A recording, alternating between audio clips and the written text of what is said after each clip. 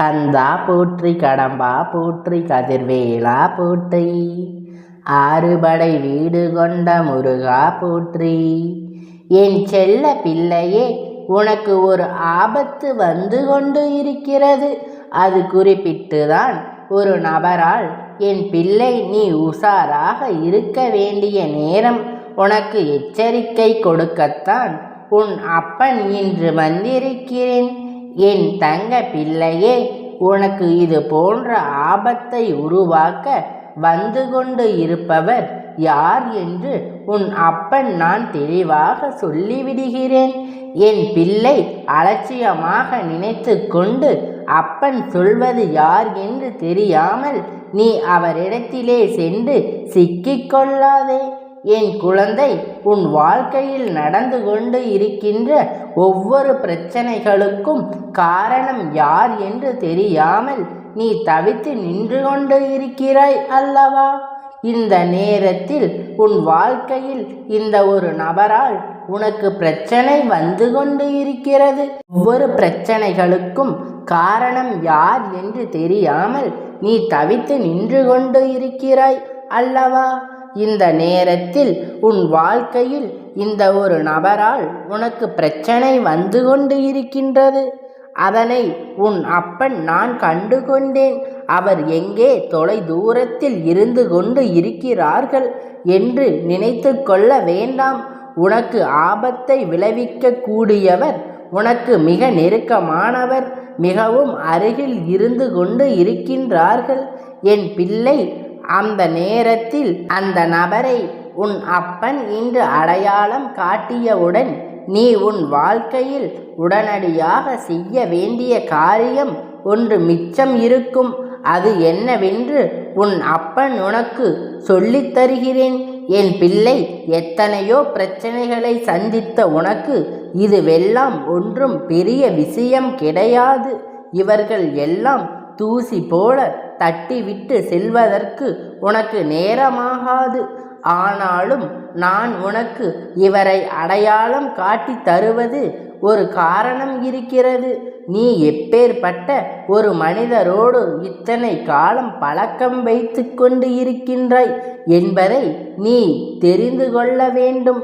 இவர்கள் நோக்கம் என்னவாக இத்தனை காலம் இருந்து கொண்டு இருக்கிறது என்பதை நீ உணர்ந்து கொள்ள வேண்டும் என்பதற்காகத்தான் நான் உன் அப்பன் இன்று அவர்களை அடையாளம் காட்டி தர வந்திருக்கிறேன். உன் அப்பன் முருகனுடைய வாக்கு சாதாரணமான வாக்கு கிடையாது என்று தெரிந்த உனக்கு நிச்சயமாக இன்று கிடைக்கின்ற இந்த செய்தி உன் வாழ்க்கையில் எத்தகைய மாற்றத்தை கொண்டு வர போகிறது என்று நீயும் காத்து கொண்டு காண போகிறாய்.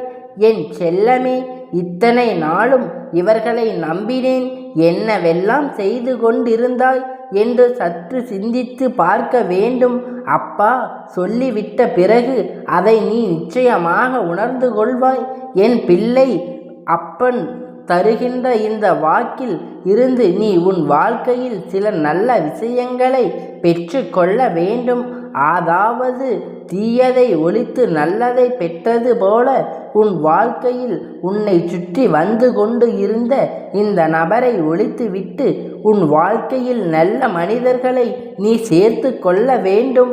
பல நல்ல மனிதர்கள் உன்னை விட்டு விலகி சென்றதற்கு எந்த ஒருவர் காரணமாக இருக்கின்றார் என்பதை எந்த ஒரு மாற்று கருத்தும் கிடையாது. என் பிள்ளை, ஆபத்து என்றால் எப்படிப்பட்ட ஆபத்து தெரியுமா? உன்னிடத்தில் பேசிக்கொண்டு நீ சொல்லுகின்ற விஷயங்களை எல்லாம் கேட்டுக்கொண்டு, அது மட்டுமல்லாமல் நீ சொன்னதை அவர்கள் இன்னொரு இடத்தில் சொல்லிக்கொண்டு சேர்த்து நீயே பேசியதாக மற்றவர்களிடத்தில் கதை கட்டி கொண்டு இருக்கின்றார்கள். அவர்களுக்கு ஒரு கஷ்டம் என்று ஒன்று வரும் பொழுது உன்னிடத்தில் ஓடி வந்து உதவி பெற்றவர்கள் உனக்கு கஷ்டம் என்று ஒன்று வரும் பொழுது எப்பொழுதும் இந்த கஷ்டத்தில் நீ தவிப்பாய் என்பதை எதிர்நோக்கி காத்து கொண்டு இருப்பார்கள். எவ்வளவுதான் உதவி கேட்டாலும் செய்யக்கூடாது என்று நினைப்பவர்கள் அவர்களுக்கு தேவை என்றால் நீ வேண்டும், அதுவே உனக்கு ஒரு கஷ்டம் என்று ஒன்று வந்தால் உன்னை பழிவாங்க வேண்டும் என்று நினைக்கின்றார்கள். இவர்களின் குணங்கள் எப்படிப்பட்ட குணம் என்பதை இந்த அப்பன் என்னாலே புரிந்து கொள்ள முடியவில்லை. ஆனால் உதவி செய்தவனுக்கு பழிக்கு பழி வாங்க வேண்டும் என்று நினைப்பது எந்த வகையில் அர்த்தம் என்பதை என்னால் புரிந்து கொள்ள முடியவில்லை. இதில் ஒரு அர்த்தம் இருக்கிறது. அதை நான் இப்பொழுது புரிந்து கொண்டேன்.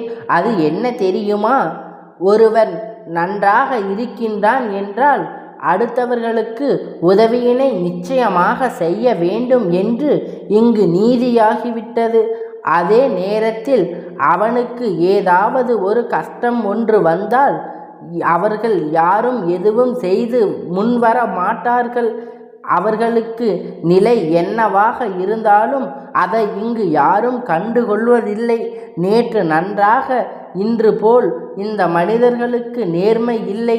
அவர்களுக்கு ஏதோ போல் இவர்கள் அவர்களை பழிவாங்க நினைக்கின்றார்கள். கஷ்டத்தில் உதவி செய்தவர்களை மறக்காமல் இருக்க வேண்டும் என்று நினைக்காமல் அவர்களுக்கு சோதனை கொடுக்க நினைக்கின்ற இந்த மனிதர்கள் அருகில் வைப்பதை முதலில் பாவம் என்பது என் குழந்தை நீ புரிந்து கொள்ள வேண்டும். என் பிள்ளை, இதுவெல்லாம் நடந்து முடிந்தது.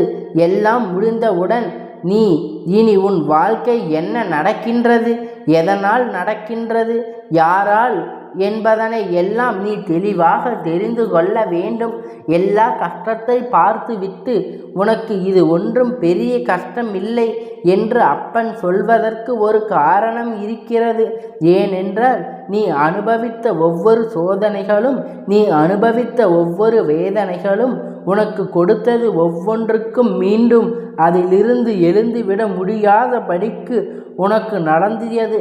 ஆனால் நீயும் அதிலிருந்து எல்லாம் திரும்பி மீண்டு எழுந்து வந்து என்னவெல்லாம் முயற்சி செய்ய வேண்டுமோ அவையெல்லாம் செய்து மீண்டு வந்து இந்த அப்பன் முன்னால் நின்று கொண்டு இருக்கின்றாய்.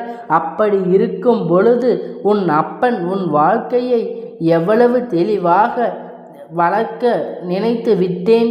முயற்சிகளை நிறைந்த குழந்தைகளுக்கு எந்த நாளும் உன் அப்பன் துணையாக நின்று கொண்டு இருப்பேன் என்பதை உன் அப்பன் சொல்கிறேன். இந்த அப்பன் உன்னை அவ்வளவு எளிதாக விட்டுவிட மாட்டேன். உன் வாழ்க்கையில் உனக்கு என்ன தர வேண்டுமோ அதையெல்லாம் நான் எப்பொழுதுமே உனக்கு தந்து கொண்டுதான் இருப்பேன். உன்னை வாழ்க்கையில் நல்ல நிலைக்கு உயர்த்தி கொண்டு செல்லும் வரை உன் அப்பன் நான் ஒரு நாளும் ஓய்ந்துவிட மாட்டேன். இல்லையே, உனக்கு ஆபத்தை ஏற்படுத்தக்கூடிய அந்த ஒருவர் யார் தெரியுமா? சொல்கின்ற அடையாளத்தை வைத்து நீ புரிந்து கொள் என் பிள்ளை.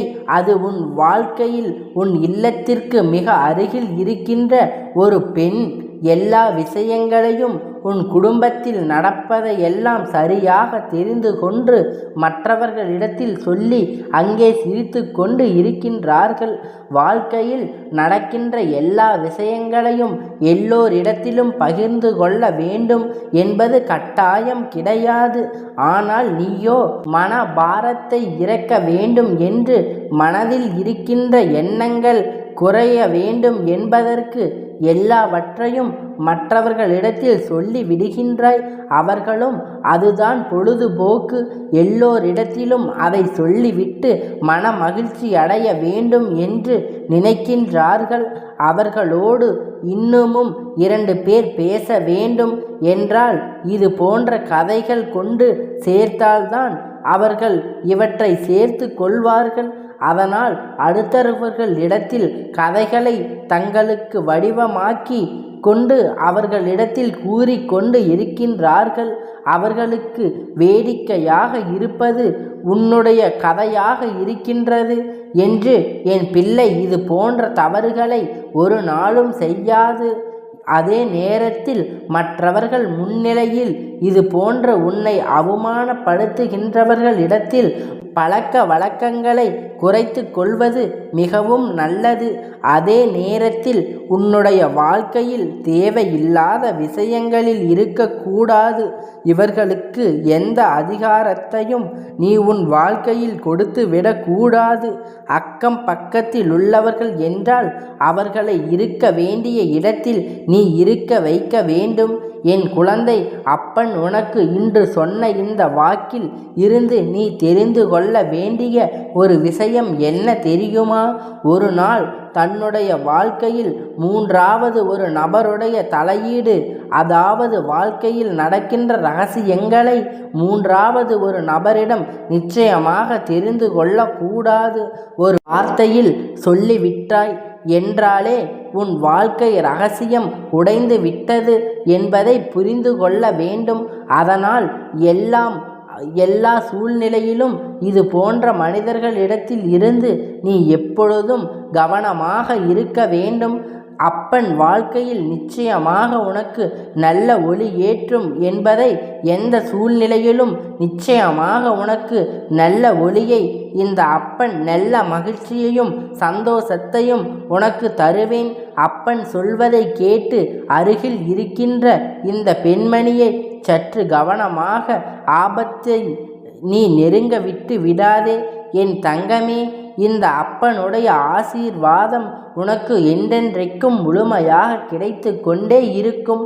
கந்தா போற்றி, கடம்பா போற்றி, கதிர்வேலா போற்றி, ஆறுபடை வீடு கொண்ட முருகா போற்றி.